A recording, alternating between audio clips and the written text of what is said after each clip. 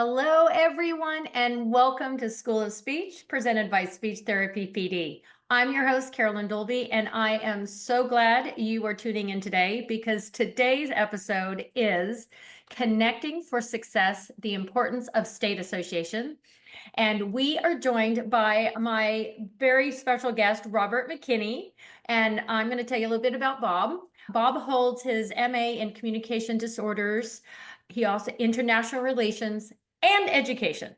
He is currently president of the California Speech, Language, and Hearing Association, CSHA, and the immediate past president of the Corporate Speech Pathology Network, CourseBan. Bob is the lead SLP at Sweetwater Union High School District and San Diego State University. He teaches phonetics, as if he doesn't do enough. Get this, he speaks 6 languages. And he has worked with clients from over 80 countries. So everybody, we are going to be settling in for another amazing episode. I want to remind everyone that is listening that each episode of School of Speech is offered for ASHA CEUs 0.1. I'm going to go through some housekeeping. I'm going to just do our disclosures. Robert McKinney is employed by Sweetwater Union High School District and also San Diego State University. And if that's not enough, he is also the author of the book, Here's How to Do Accent Modification.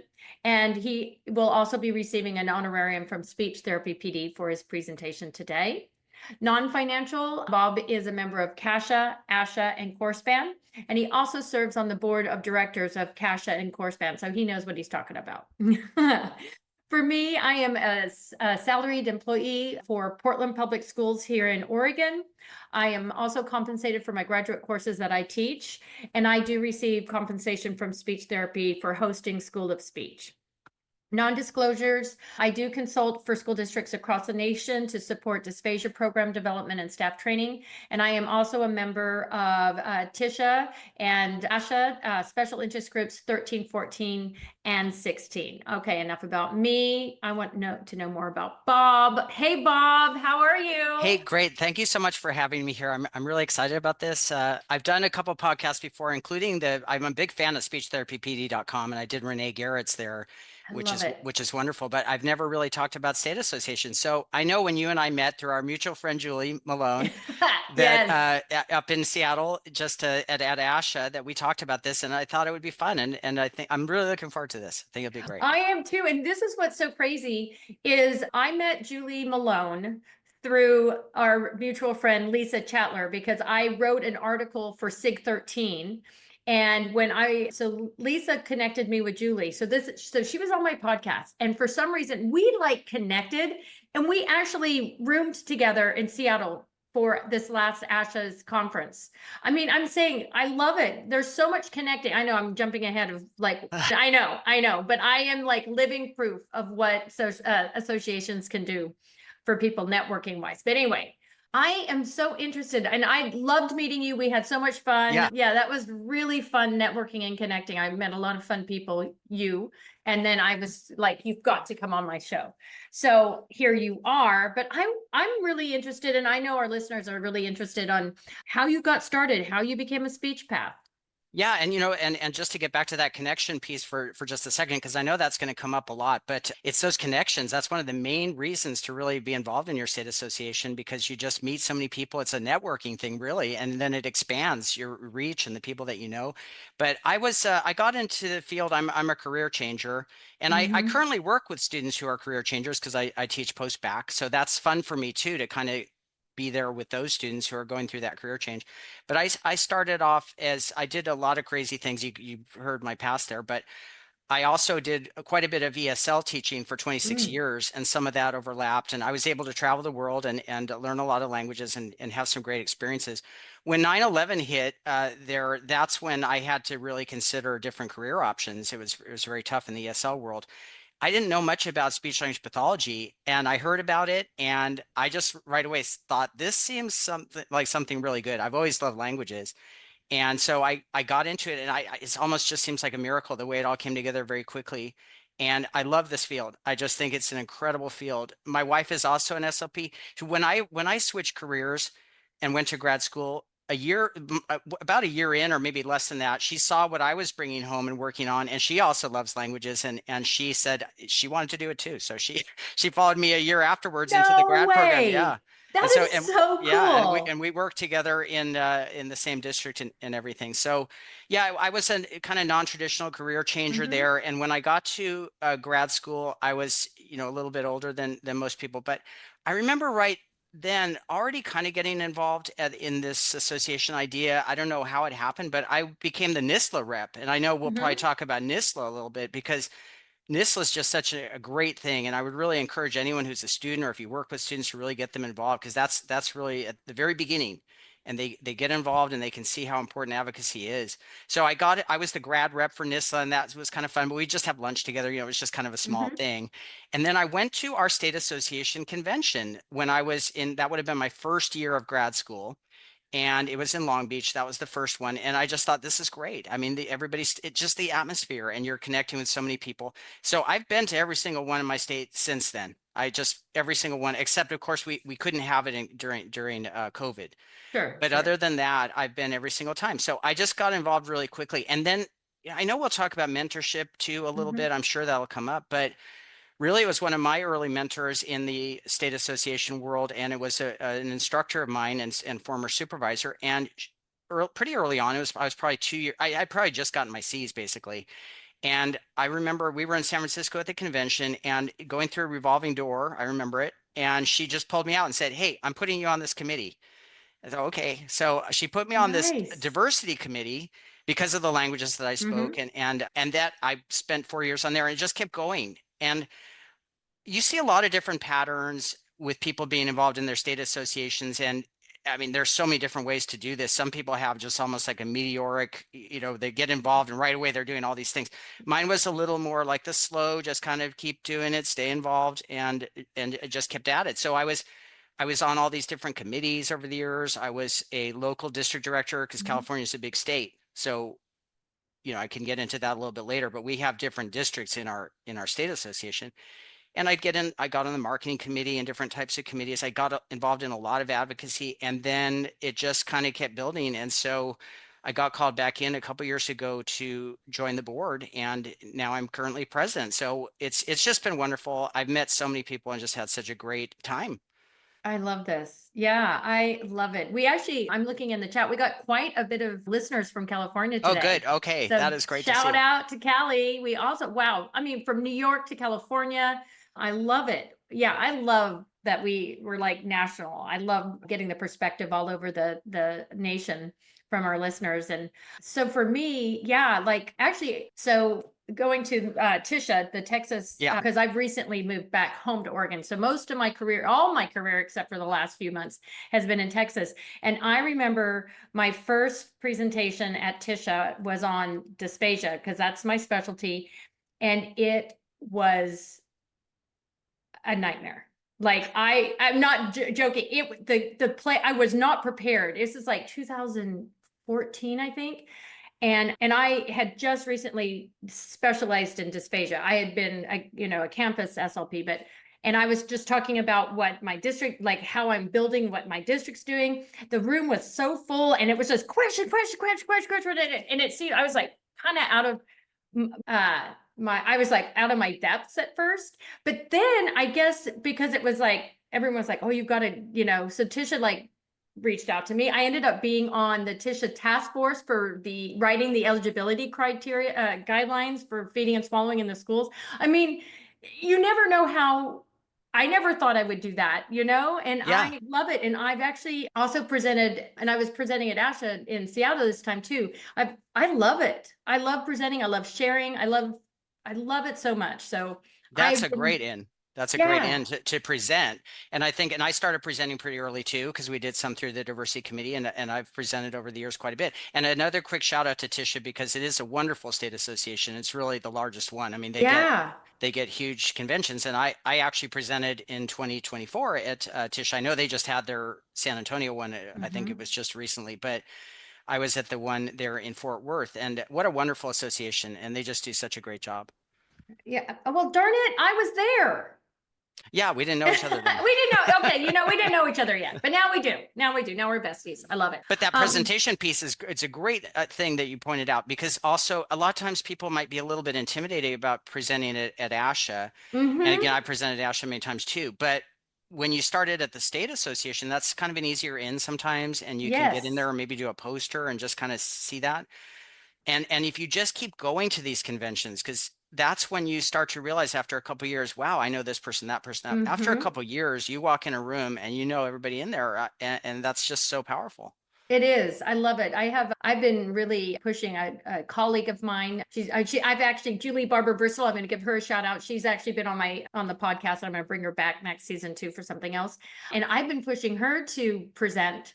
And, she's timid about it. She's like, no, people don't want to listen to me, or I don't have something. I'm like, yes, they do. And so, yeah, I'm getting Yeah, her. I think one way that we phrase this when we're trying to recruit people and get our speakers, and we've got our call for papers opening very Mhm. soon here because we're going to bump it up a bit this year. But we kind of tell everybody that there might be some person in the audience at the convention where your talk is what made the convention for them, or really was something Yes, that just changed their lives or their practice. So we're really trying to encourage people, get out there and share your wisdom.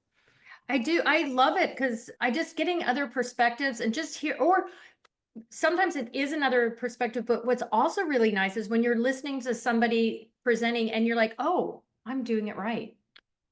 It's like confirmation on that. So, I mean, yeah, I think it's just wonderful. Well, that's a lot of it too that I know we'll talk about, but it's just that idea of a lot of times people are doing their job, which is great, and that it's such a wonderful job, and Yeah. but maybe you're kind of doing your job and you've got your family or whatever you have, or your interests or relationships and all that. But sometimes getting involved in a state association or national association, it just broadens everything, and you kind of see like, oh, everybody's doing it the way I am, like you were saying, or you Yeah. start to connect and compare ideas. And that connection idea, again, going back to knowing people, but you realize pretty soon after a couple years in, and you think, hey, I know this person who wrote the book on that, or Mm-hmm. who is really an expert on this or that. And people are so friendly. As a career changer, I just was so surprised. I mean, the other careers I was in, people were friendly too, but there's something about SLPs that they're just very Yes. helpful and they really want to share. We are a totally different animal. Totally. I love it. I actually am a career changer too. I started out in education. I was a kindergarten teacher. I mean, still dovetailed, but Yeah. yeah. But I went back later. But what I love about SLPs is we truly do care. We care. So I have reached out, listening to a presenter, and when they say, hey, here's my contact information. So when I give my contact information out, I mean it. Totally. I had a district that saw me present at ASHA on the dysphagia, and I gave my email, and I just they just asked if they could consult with me, just have a little phone call. I'm like, I'm going to share all my goodies, right? And so I absolutely love it. I love bringing it all together. And yeah, so I could keep going Yeah, on with and that. for the students too, because I think the students Yes. start to see that. And we recently, and I'll make sure to talk about, because we just had our legislative advocacy day just a couple weeks ago up in our state capital, Sacramento. But we had a couple students come up, and they just they see right away that, wow, I just met so and so, and they're so approachable, and they gave me their email, Mm-hmm. like you said. So it's really seeing how friendly and helpful people are in our field and connecting everyone. Yeah, you were talking about NISHLA, and I Yeah. literally, so Portland State University is like blocks from me, and they reached out to me and asked if I would come and talk. And I'm like, listen, I will talk anyone, anywhere, anytime on anything. Like for some reason, I love it. And so it was wonderful. And I also think because I work in the school district, making those connections with those grad students, talk about a way to get the recruit SLPs for my district. Yeah, really. And I go a lot of times too, because I teach undergrad, so I teach phonetics, Mhm. and the juniors have that. And when I can, I try to pop into their NISLA meetings. We have a wonderful chapter at San Diego State University. It's really incredible, and they get really good turnout in the undergrad chapter. But just to go in there and kind of introduce it, but to really tell them that the advocacy piece and just getting involved early is so important. Now there's a little motivation extra for the undergrads because they're trying to make their resumes look nice. So Right. that's something that's there, but it doesn't matter because they are also really, they know, and they start to see how we really need to safeguard this profession, and our clients, we have to be there advocating for them. And we Hmm. want to make sure those of us who've been in it longer, or just have a little more experience with it, really want to make sure to hand it off to that next generation. And I'll tell you, this generation or the ones coming out of grad school, we are in safe hands. I really think they're going to be wonderful. They're incredible. I So love we it. just have to kind of guide them or just make sure that they know and introduce things to them. Just open Hmm. doors, open doors. But they're going to handle this very well. I have full faith that it's this profession is in good hands. I love it. I love it. Yeah, I teach a summer course, a graduate course for the University of Houston. I'm actually flying back there. My daughter's there and teaching it again this summer. I love it. I love working with the grad students, and maybe I'll be able to connect with Portland State too, because what I loved is that connection with the graduate students and then having them do some CF or even their externships. Yeah, It's all about networking, I think, you know? right. And getting the students, I think that's why we really try to reach out at CSHA to make sure that the programs are supporting us. And it's sometimes it's hit or miss. It depends on the culture of the Sure. campus. But the idea that you get the students to be aware that this advocacy and the connections and the education that you get from your state association, that it just starts right away and you just keep going. You just keep going with it. And it's a lot easier for us, obviously, to just get somebody in at the beginning as a student and then they follow through and they stay for 20, 30 Hmm. years in our thing versus getting new members when they've been out in the field is a little harder. And Hmm. we want the students to understand how the advocacy piece and some of that is just so key. Right. Agreed. Agreed. And I think also for a lot, my listeners, our focus is all school based Yeah. and school service delivery, and we're also a little bit different animal in some respects, but we have the same credentials. We are and we should have that same advocacy piece and have the same support from our state associations for what we do.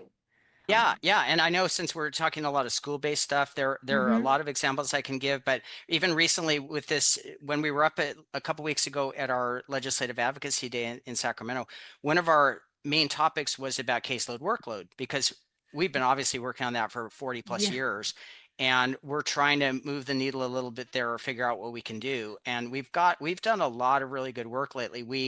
We had a survey that we set up and we had over 2,000 respondents, and which was really nice to see that many responses.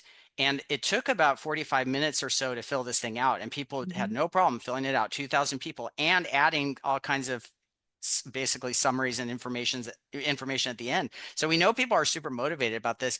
And then we've been meeting with stakeholders and we're just trying to get this going. But it's a lot of it is I know this new generation coming out that they're very excited and interested in advocacy, and it's just trying to make sure people understand it's a long game. Sometimes it's not Mhm. always dramatic, like you don't get it overnight always, but you just have to keep at it. You keep at it. Yeah, I love this. Marina, thanks. She would mentioned about being able to reach out to people that are presenters, and that she's like, yeah, got right back to me. I love it. I love that. Yeah, an amazing thing about it. Mm-hmm. Mm-hmm. Cool, cool.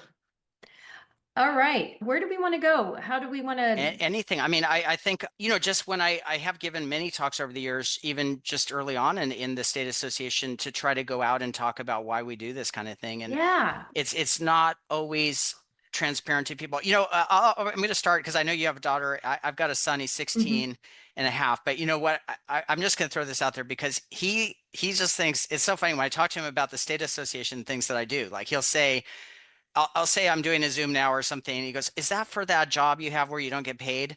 And I just think it's so funny. So he thinks of it as the job where I don't get paid. And there's some truth in that. So I've been talking to him about it, but I try to even to him to tell him that it's not all about getting paid. I mean, there are other Right. things, and so I want to make sure people understand that there are a lot of altruistic reasons, and we'll talk about some of that too.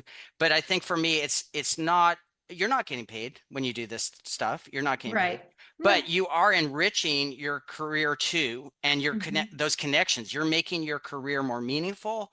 You're making your work with your clients more informed and meaningful too. So it really has all these benefits that are, I think of them as an investment. Really, you are investing in In yourself. in yourself and your future and your career and your clients, how they're going to benefit from all of this. So I view it that way, that it's not the kind of immediate thing like, what do I get out of this tomorrow? It's not like that, to be honest. So, and I don't think most people are motivated that way, but I know everybody's busy and you have your jobs and you have things that you have to do. So you may feel like, well, I don't really have time for that extra stuff, but it can just make it so rewarding. And I think the main reasons when I think about it, to just summarize it all, is really, I think of number one is advocacy, because I think we really do have to protect our clients and what we Yeah. do and this wonderful profession. And you as a career changer too, like when you see it, you just think, wow, this is great. Yeah. This is such a great career.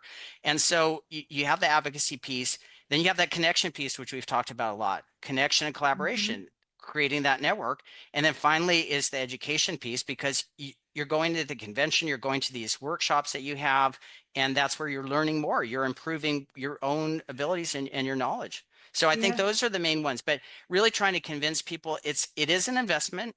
Sometimes you're going to put in some work and nothing comes of it. Even we're not, and none of it's financial, of course, right?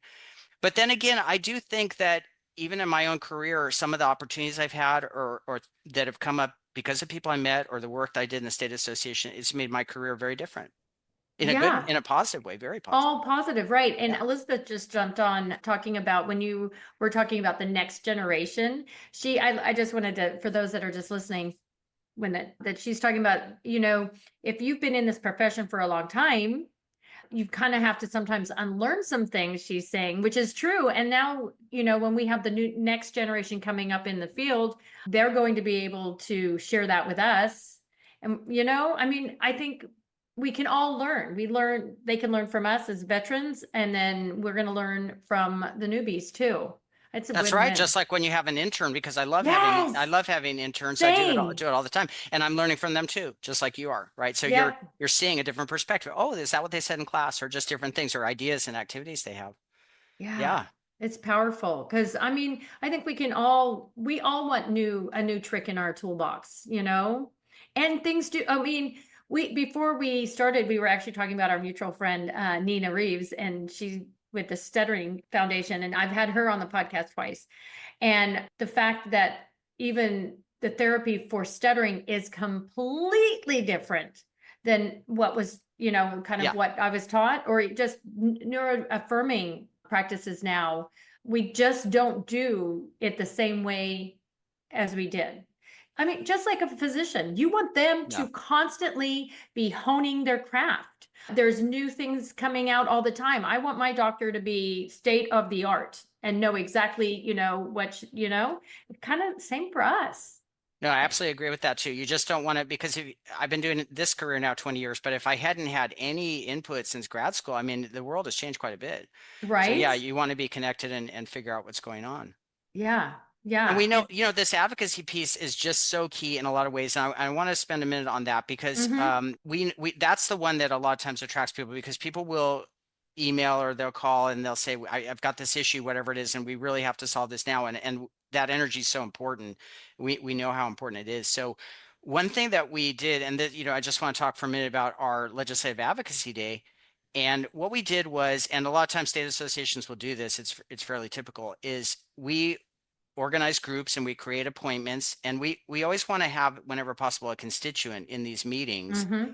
because that way, I mean, and I was explaining to the students there a couple weeks ago, just kind of explaining to them, it's very different if you come into somebody else's office and you're just telling them that this is what I think you should do, or this is what we feel about this. But it's like, if you're not a voter for that person, they're less interested, right? Oh, I know So that. yeah, Yeah. yeah. So you want to be in there as a voter. And that's why also the state associations are, in a way, like balancing with ASHA, because we coordinate, and I know we're going to talk about that, but how they've got the big resources in the national and the big picture and all that. But when it Mm-hmm. comes to advocacy, a lot of times you want those local connections and the voters. Yeah. If ASHA comes in, right, they help quite a bit, but they also are not going to be able to have those contacts that we do and in getting in there. So really, it's we sat down, we set up appointments, we go in there and we talk about our issues, we talk about what we do, and we just create those relationships.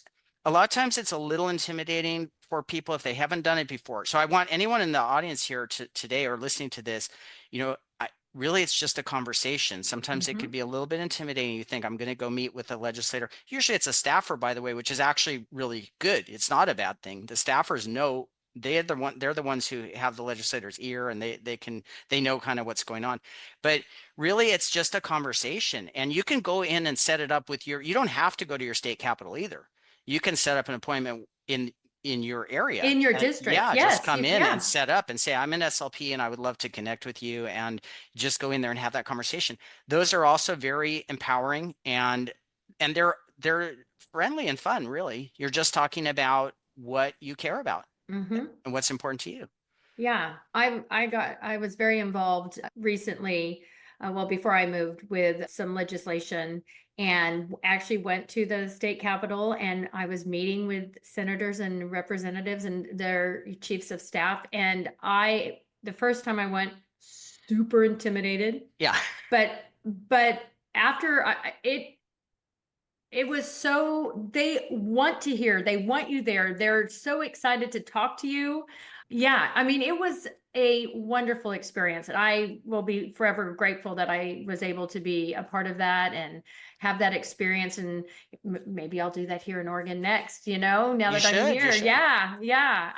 And that's the thing, I feel here that maybe this is good. How to get started, because I was really involved in Texas, and now I'm sort of like, I was kind of like a big, what is that, a big fish in a small pond or whatever. No, Texas is huge. But I was very involved and I had a lot of connections, and now all of a sudden I'm back, I'm in a new state, Yeah. new job. What would you, and I'm not a newbie, so what would your suggestion be for me to how to get started to be more involved? Yeah, and I've had people reach out with similar situations where they come from another state, maybe they were involved for a while, or different Yeah. states, and then how do you get involved? And it's one of these things I think you find out pretty fast that if you are willing to devote a little bit of time to this, usually you could take it as far as you want it to go. I mean, Mm-hmm. sometimes it just seems really wide open to me, like anybody who just wants to jump on a committee, go from there, maybe be on the board or whatever. It's not like this incredibly hard thing where you're fighting off and getting an election with 20 other people. Sometimes Mm-hmm. we're like trying to get people, please run for this office. Okay. So I think a lot of times just showing up and being there and being willing Mm-hmm. to put in a little bit of the work, it gets you as far as you want to take it. And when people reach out to me and they'll ask when we're having an election coming up pretty soon, but I've been talking to some people who are interested in that, and I'll tell them it's really up to you to put in as much as you want to put into it, because that's the advice I was given when I first ran for office. Is it's kind of what you make out of it. If you're Mm-hmm. really swamped for time and you just can do the minimum, great. I mean, that's helpful too.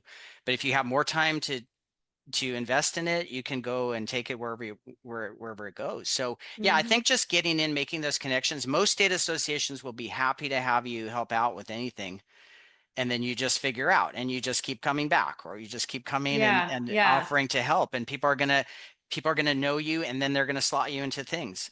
Something's Mm-hmm. gonna come up. Oh, right, Carolyn would be great for this committee, or we should ask her about that. The next thing you know, you're on a committee. Yeah, I'd like that. I've given myself a little grace that I've just moved across the country, trying to Yeah. get myself settled and all of that. But I mean, I loved how involved I was in Texas, and I really would like to I'd like to find my space here in Oregon too.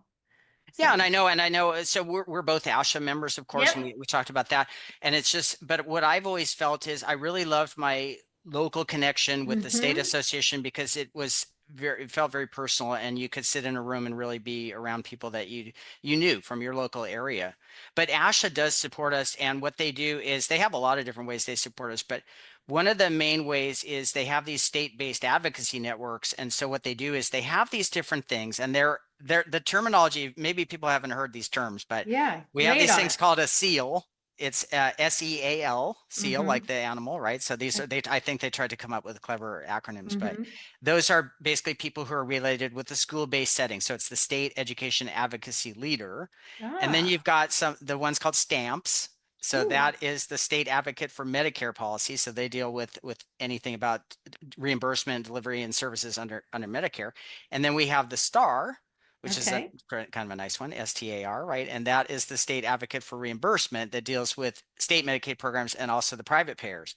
So what you have is you have these reps in each state association, and then ASHA gets them all together and they have meetings where they're all connecting, and ASHA can kind of give the information at the big level, but they're also Mm-hmm. reaching out to individual states and helping out. And that's a nice network. And there are multiple ways we're connected to ASHA to support our state association. They also give us what we're able to put in for grants. So Mm-hmm. we can put in for a grant, usually for student involvement, to get students more involved, because they also value that. They know Mm-hmm. that's the future we're talking about. And then we also have advocacy grants, and we were just awarded for this year from ASHA $2,500, which meant that we could fund some people to come to Sacramento who might Oh, be, we wow. could pay for their travel, and that way, because we're a big state, it's California, so we Yeah. have a lot of geographical diversity, of course, and we could fly some people in. So and they're available. The ASHA is available. They'll sometimes reach out with questions, or we'll reach out with them. They used to have a model where they had sort of geographic like regions, and we'd have somebody that was our contact to the region. But now they're doing it more on, they've got it separated out. They have a team, and certain people, this might be the person to deal with for advocacy. This is somebody who Mm-hmm. wants to on membership questions, that kind of thing. But they've been very supportive too. I remember when I first, gosh, I started went from school-based, just a campus SLP, then I was really focusing on the dysphagia. And when I moved into being the head of the dysphagia program in my Houston district, I literally called ASHA. I thought, I wonder what will happen. I literally called, her name is Lisa. She spent time with me talking things through. It was wonderful. I mean, they're there and Yeah. they're gonna take your call. They will. They will. They're very supportive. And when we have issues, when we have certain things come up with advocacy, and they're very, they understand that they have different roles. So Mm-hmm. we've got lobbyists, essentially, which legislative advocates, right? So we're paying people to, because they're experts in that, in dealing with Mm-hmm. government and really figuring out the best way to move forward. We're SLPs, right? So we know what we want, we care about for our clients or our services, but we don't know how to navigate some of that Right, stuff, the right? But legalese, that's what yeah. they do. That's what they do. But ASHA will also help out with that. And then I want to make sure that I don't forget to mention CSAP, which is something people probably haven't heard of, but it's No. CSAP, and that is the Council of State Association Presidents. So that's a great association too. And if you think about all these associations, why are we doing this? Why do we even Yeah. have these associations? It's really, it's the power of numbers, which our VP of membership and outreach, Kelly Ariano, talks about a lot. But it's just the power of numbers, that you're really trying to amplify your voices, and really, just the idea of an association. You're getting together and pooling all of your Mm-hmm. resources, right? And so it's just that power in numbers.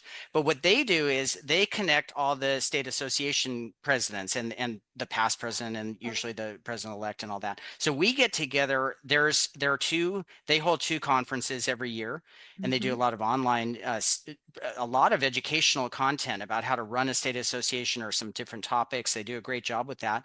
And then they have, the day before ASHA starts, that Wednesday, they have a meeting where we're all there together. But it's great because then we can interact with, and they have one in the spring it's Mm-hmm. just around this time of year every year. But that's a good chance for us to reach out to other state associations, and we could do some regional work or something. California, again, it's a big state. So when we put on our convention, let's say we have one in San Francisco coming up next, but it's in San Francisco. I mean, San Francisco is actually closer to a lot of other states than it is Might to be me in San closer to Diego. me, Yeah, right? exactly. Yeah. So Yeah. we try to coordinate, and then we can also share ideas. So it's that balance of just looking at the big picture, and then we've got our state associations that could get in there at the regional thing. Mm-hmm. So yeah, it's all powerful stuff. Yeah, I was asked to talk at the Virginia State Association, and I was able to do that. I love it. I want to share everything, and what I love is the networking and connection, Yeah. because I think it's very powerful, especially when you're trying to advocate for something in your district. If you have data from how other districts are doing it, and being able to make those connections. I'm doing something like that right now in my district on multilingual evaluations. And Okay. I was able to just start peppering out to people across the nation, tell me what your district does, and everyone's just giving me their information. And it's just power. When you Yeah. said that it's the numbers game, powerful numbers. Yeah. Getting Yeah, those. and really going back to even the design of the way the United States works, and kind of this competitive federalism, or we've Mhm. got the different states doing different things, and we can really rely on that. I know when we were talking about TBI stuff just a couple weeks ago in Sacramento, we were looking at other states like Colorado, and pointing out what they do over there that we think Yeah. is really good. So yeah, it's kind of that like comparing notes and just, but also the way our country works, right? We have different practices in each state, but we also Hmm. kind of share ideas and what seems to work. And Right. yeah. Yeah, I think it's powerful. I love it. I want to make sure to mention a couple of things. One thing is we also have a leadership development program, just like ASHA has. And Hmm. we just had, we've got our third cohort in the works right now. We had to take a break for COVID, but it's up and running again. We're hoping to just keep it going forever now. Hmm. But that's incredible because that way, that's another in when you were talking about ins. If your state association has anything like that, or ASHA, of course, has theirs, but that's a good start because some people might actually have a lot of the skills they need to be leaders, but they kind of need a little confirmation of that and to think Yeah. about it and some guidance and open a couple doors. So that's what we do with that. We've got a leadership development program. And we also have we have an associated foundation, the CSHA Foundation. It's like the ASH Foundation. Hmm. And so that's another thing that is tied in. So, and Tisha has one too, right? So Tisha has the Yep. Tisha Foundation. I went to their wonderful ceremony when I was out there. And that is your chance that our foundation, for example, at Cash is able to give some scholarships to students and some really great opportunities for undergrads that we just started where they can go out and really come to our convention. We're going to pick up the tab to kind of show them the way and get them started in their careers. So yeah, there's so many things tied into all of this. Yeah. Yeah. Yeah, you've opened my eyes to things. I mean, I'm busy writing these down. I got seal, I've got stamps, I've got star, CSAP. I mean, Yeah, there's a you know, lot of stuff that people don't really know about until you get involved, but that's all behind the scenes there where and we talk about how even when we're at Legislative Advocacy Day and we're all focused on that one day, we're going to advocate for something, but the advocacy stuff goes on around the clock. We've got all kinds of sure, committees yeah. and everything. I was going to just take a quick shot here Uh-huh. of I don't know if you could see that, but Yeah, I we can. had a Oh, thank special you. magazine that came out and we've had different things like that, but that's a special advocacy issue. But we also are using a lot of for outreach, a lot of social media, right? Mm-hmm. We're trying to get the word out. A lot of these advocacy campaigns can be very targeted, right? So even sometimes ASHA will have a national thing and they'll reach out to us. Hey, can you make sure to get your members to send something to their legislators, right? And we can help coordinate with that. So it's just all tied in. Yeah, yeah. Love it. Okay. Hold on. Okay. All right. So basically we're all on board. Yay for Yes. but so yeah, I guess if let's keep talking about benefits because Yeah. what are we getting out of it? Right, right. That's the thing. I think that it becomes, and I know when I've been on marketing committee or that kind of thing, it's a fine line of trying to balance because of course we want people to see a return on investment kind Mm-hmm. of thing. Like you don't want to just say, "Hey, everybody, go do this because it's good for you, but you're going to hate it" or something like that. It's not Right. like that, Yeah. right? I mean, Yeah. there has to be some benefit too, but I think it's really important to point out that a lot of it is more of that long-term investment or you're kind of like not getting an immediate reward, but it's an investment that pays off in the future. And we've had a lot of long-term things that have been very helpful. I can give a couple examples of those too, where it can be a sort of practical in and these are local things because usually when it's a big national thing, Ash is going to lead the way on that. But we had in California, this was around 2007, and we had our California the teacher credentialing. I forgot what it's called, but anyway, it's called the CTC, and they were Mhm. going to create a credential. Essentially, they realized like it's a difficult balancing act for the states because we know there's a shortage. And so they're Right. trying to address it, but what can you do? But we can't seem to get enough SLPs, all that. So it's a back and forth. But in California, and this is around 2007, they basically said, well, we're going to create a special credential here in California where a teacher could take some extra coursework and then they could take those kids with language, not our TIC, fluency, voice, but they could take your language kids that had the speech services. And we thought, oh my gosh, that would not be great, right? Because the teachers are not going to be, again, I love teachers. I'm a former Right. teacher just like you are too. I It's would, not yep. about that. It's not Yeah. about that, but it's more about the training. Do they have the training to really support our clients in the schools? And so we pushed on that and it was really up to us at the state level because ASHA can't really help with that kind of thing. I mean, they could support a little bit, but it's a state issue.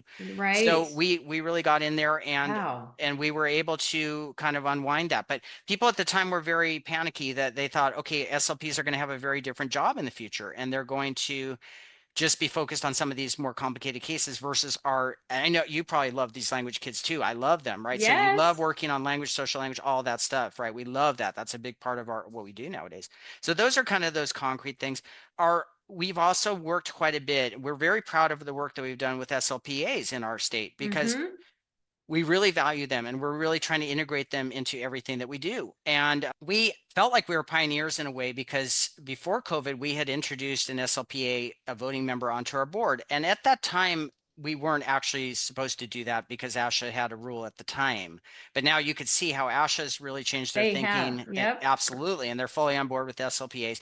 And so we changed our bylaws and we have an SLPA voting member who is on our board, right? So it's wonderful. And we've made sure to incorporate everything we do. We try to make sure, okay, let's get an SLP on the committee or reach out and get the input. Students too. Yep. Again, we love students. So we don't have, and again, that's kind of an ASHA rule too, but we don't have a voting student member, but we have student reps. We have a Southern and Oh, Northern rep, and they're incredible. They do a great job, and we try to include them in everything. Let's get the student voices in there. When we redid our bylaws, we had an SLPA, we had a student on the committee, and they got in there and they really had some great ideas. So you always want to keep it broad, right? You don't want to just get sure. focused on just SLPs in there. You've got to, this is a big field. We've got the students in there. We've got the SLPAs, the audiologists. We've got a lot of players. But what I'm also hearing is we also have to protect our profession, and we can't Yes, have it watered down, if you will, and saying that anybody can do this. that's right. And I think a lot of times the kind of the analogy I'll use when I'm talking about advocacy is I talk about inertia bias, which is because I know we study all these different types of biases that are out in the field, like in psychology or when you're Sure. testing Yeah. that kind of thing. But the inertia bias is this idea that I think our human brains really are. We always think like tomorrow's going to be like today. That's just how we think. You just think, okay, today it was sunny and I went outside and everything, so tomorrow's going to be a sunny day. Or I'm gonna, today I'm healthy. I don't have a cold. Oh. So Mm-hmm. tomorrow I'm gonna be healthy. Well, we all know, right? It's gonna rain tomorrow, possibly, And we're or gonna you're gonna wake up get with a a head cold. cold. Totally. So I think it's that inertia bias that we have to think like, hey, I'm good now. The profession is relatively good. We have our issues, of course, Mm-hmm. but to think like, but there's stuff on the horizon we got to watch for. So you want to be ready. You want to be ready. And that's that advocacy piece is kind of get in there, get those relationships. And when stuff comes up, you're ready to go. Agreed, because I think it is really powerful and really important that we do fight for our profession, and that it isn't, we are a specialist. Yeah, and what's nice about that, because we've had a different legislative advocates over the years. I've been fortunate to work with many great ones. But I remember one a while back where they told us, they said, you're what we call white hats, really, in the sense of when SLPs are talking to legislators or staffers, it's all very like it's a good thing, right? You're not coming in because you want to pollute somewhere or something like that, or you want Right, like a no. carve out for your business or something, right? It's because look at our field. We're really every day trying to help our clients, trying to figure out ways for people to connect and communicate. And so it's really like a good thing. And people recognize that, legislators. It means sometimes we're not going to, we can't influence things directly as much. We might not have the money to fund things or that kind of stuff, but they understand that we're doing a good thing, and that's We are, important. I mean, I always say, my sister always says this, we are the heroes. Yeah. And I mean, we really are. I mean, our profession is incredible for what we get to do. And we need to fight for that, because especially in the school, if you are a school-based, school of speech, school-based clinician, there needs to be justification for the need of specialized instruction that only a speech pathologist can do. Yeah, and we're currently working with our ed code here in California because again, that's from the late 70s and some of that language in there about eligibility. So we have an Mhm. SLI eligibility committee that's working on that to try to update it and Oh, really good. consider some of these things. Some things are local to California too. We've got something called Larry P, which is only a state issue that involves Mhm. assessing African American Yep, I'm familiar. students. So we have a lot of things that we need to update on there. But yeah, it's just getting in there and really getting involved. I think what I might talk about for a minute here too is just a little bit about how these things work, like the board meetings and who's on the board. Yeah, please. Each association is going to have a board, right? And there's usually a president. A lot of times it follows the cycle of ASHA, which we do. So we have a president, which is my role now. We have a president-elect coming in starting July 1st in our association. And then we've got the immediate past president. Then we just added some vice presidents. So we've got 3 of those, one for advocacy, one for membership and outreach, and one for continuing education. And then our SLPA director. And then in California, we've got 10 different geographic regions. But we're actually the only state association that does that I know of for speech, because most states they don't do it geographically. They might have a VP of this or that, different types of things that they do.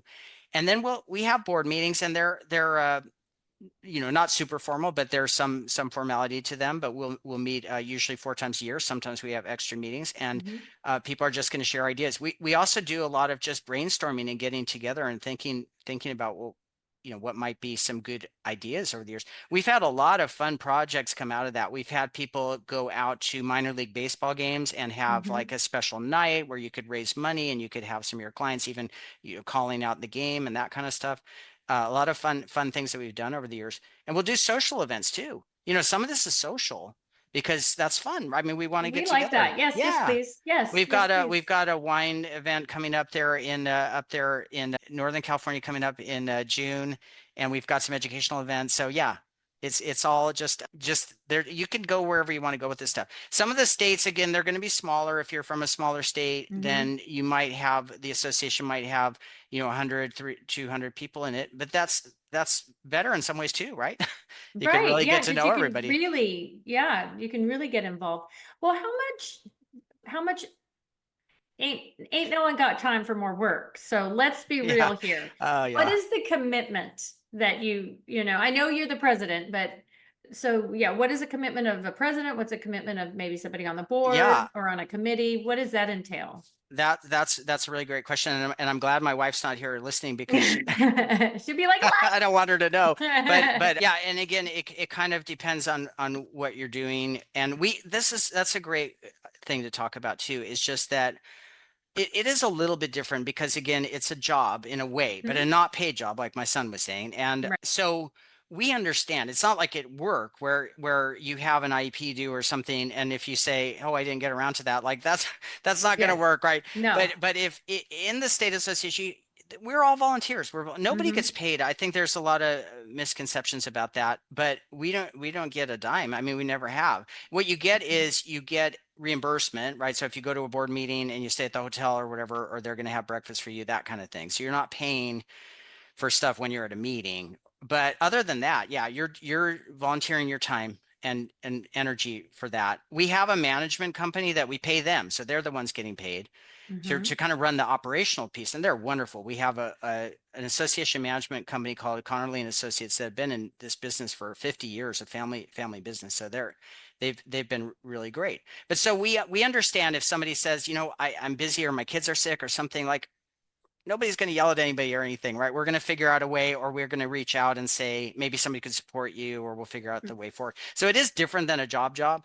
Yeah. And we try to be as understanding about it, and you'll see different levels of commitment, and you'll see, and it's interesting over the years to see, because sometimes we'll see people who might get really excited about something, or say, hey, you should do this, or you should do that. And we say, great, come on over. We've got a committee for you. You could even run it. And sometimes that just shoots like a rocket. And I'm thinking of our SLI eligibility committee was a good example of that, where they just got right into it. But sometimes you have where the person then might back off, because they realize that, well, I didn't mean that I don't have that time. I want you to do it. And I don't mean that as anything negative, because that's what I mean. We all have our different things that you might have a lot going on. So everybody should try it out. Maybe you get in there and you think, I just don't need anything extra on my plate right now. But some people get in there and think. So yeah, how much time is it? I mean, it can be quite a bit. And part of it is, I guess, when you have a job, you're getting paid even if something didn't pan out or whatever. I mean, that's how it works, versus you have to be ready. I've been doing this about 20 years, right? You have to be ready for, sometimes you commit to a project or you do it and it goes nowhere, and all that work is kind of gone, and that's it. And you weren't compensated in any way, but that's where you are donating. Yeah. Just donating. Giving back. Which is actually kind of part of what we are supposed to do as clinicians, is to give back. That's it. And as you career know, changers, I think you and I see that too, because I for, think once you find yes. this career, you think like, wow, this is great. And I feel like giving back to it. Could you think about, I mean, now this is kind of going into another topic about your CF year and having your mentor and having your, supervisor. They're doing that for you. It's sort of the same sort of concept. We need to do that to give back because somebody was there for us. That's it. And so I think that kind of parallels with being involved. If we truly love what we do and we love this profession, we want to preserve it. That's it. Yeah. Yeah, so Okay. I think those are the main things. And I'm trying to think if there's some other areas to cover. It's just over the years, it's been wonderful to see these connections. And I know we talk mostly about school-based things in here too, in your on your podcast, Mm-hmm. but also we have been working really hard to reach out to our medical SLPs. Because I think you'll see the state is, and then for your audience, I think Mm-hmm. this is a good thing that I mean the state associations do tend to focus on the school-based issues because that's the majority of the SLPs out Right. there, and so Yeah. that is it. But I do want to make sure people know that we also do try to represent all the different areas. We've got a medical SLP committee, and right now in California, we're actually very involved in flexible endoscopy because that our state Mm-hmm. happens to be Okay. probably the most restrictive one. So we're also working on those issues too. But for anyone in your audience, like this is, yeah, there are a lot of things that come up about school based. That is the big picture, the biggest piece. But we're trying to Mm-hmm. be out there for everything. Well, and there's a lot of school-based clinicians that also, work in the medical side too. For a while, I was doing both. Okay, Um, that's right. Yeah. because that's really how I got a lot of my competencies with dysphagia was, and so yeah, we're a lot of us are wearing a lot of different hats. No, So that's it for is sure. good. Yeah, so it is good to hear. But I do like, I'm very dedicated to the school setting. And I love being a clinician in the schools. And I feel that we are just really able to do so much.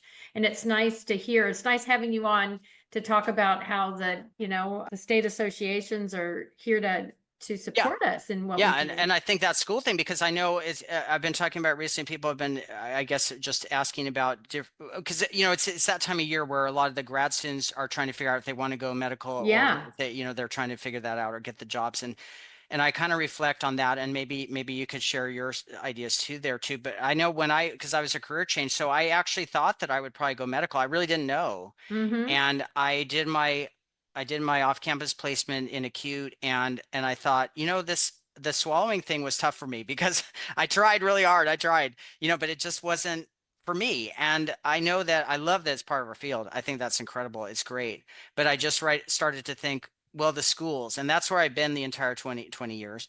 And I think what we do is incredible. And it's in some ways really underrated too, because I think there can be this impression, I think, for the grad students where they sometimes think like, well, the medical one must be kind of like a higher level because it's Right. more Ooh, competitive oh, or to get you're in there. you're really wanting just to get a bee in my bonnet. Yeah. Yeah, and so but I mean, my experience I realized when I switched over and when I started my career 20 years ago, I started at a high school here in San Diego down by the border, and I thought this is great. I'm going to retire here. I love this school. I've been there the whole 20 years, but I think I got in there. I thought, wow, these school-based SLPs are incredible and really underrated because you see so much creativity and just the competence level and the ideas that they bring and what they do is really incredible. So no one who's in the school-based setting should ever feel that they're in any way not up to everybody else's. I mean, it's incredible what I've seen out there. I'm sure you agree. Oh, 100%. School-based clinicians, we seriously, we are animals. We are workhorses. We are amazing.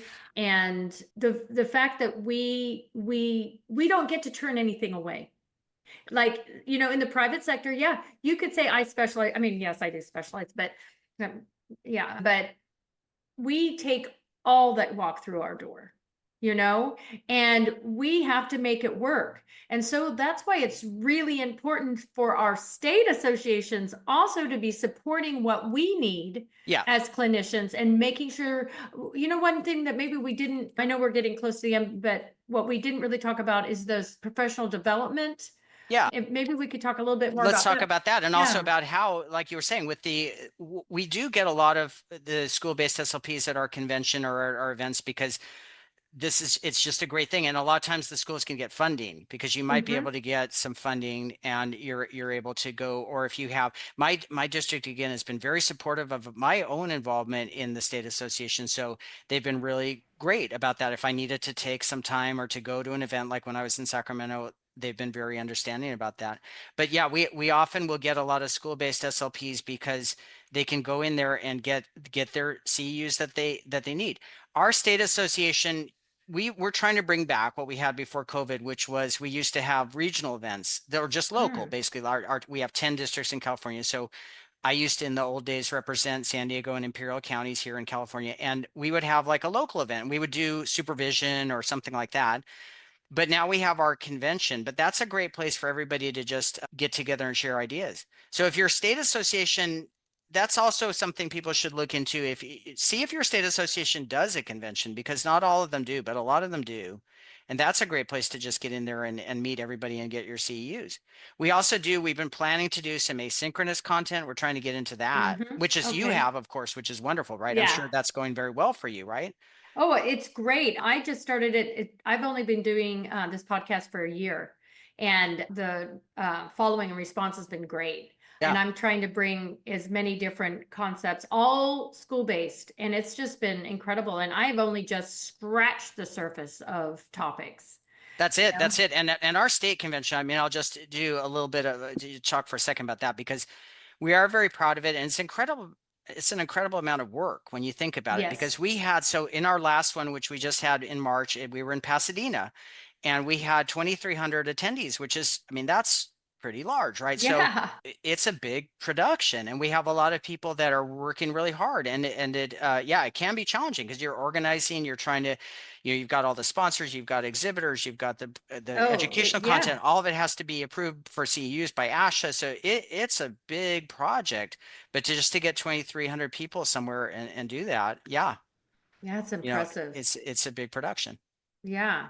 So I'm going to just do a shout out for those listening. If there's any topics that you want for School of Speech to cover, you should reach out to us, let us know. And you should, so that's for that's for School of Speech. But then what about doing that for your state association, letting them know what you would like for them? Because other state associations have actually reached out to me because I've presented for New York, West Virginia, obviously Oregon before I moved here, that have reached out to me because they've had their members say, hey, we want my topic, which is dysphagia, school-based feeding and swallowing.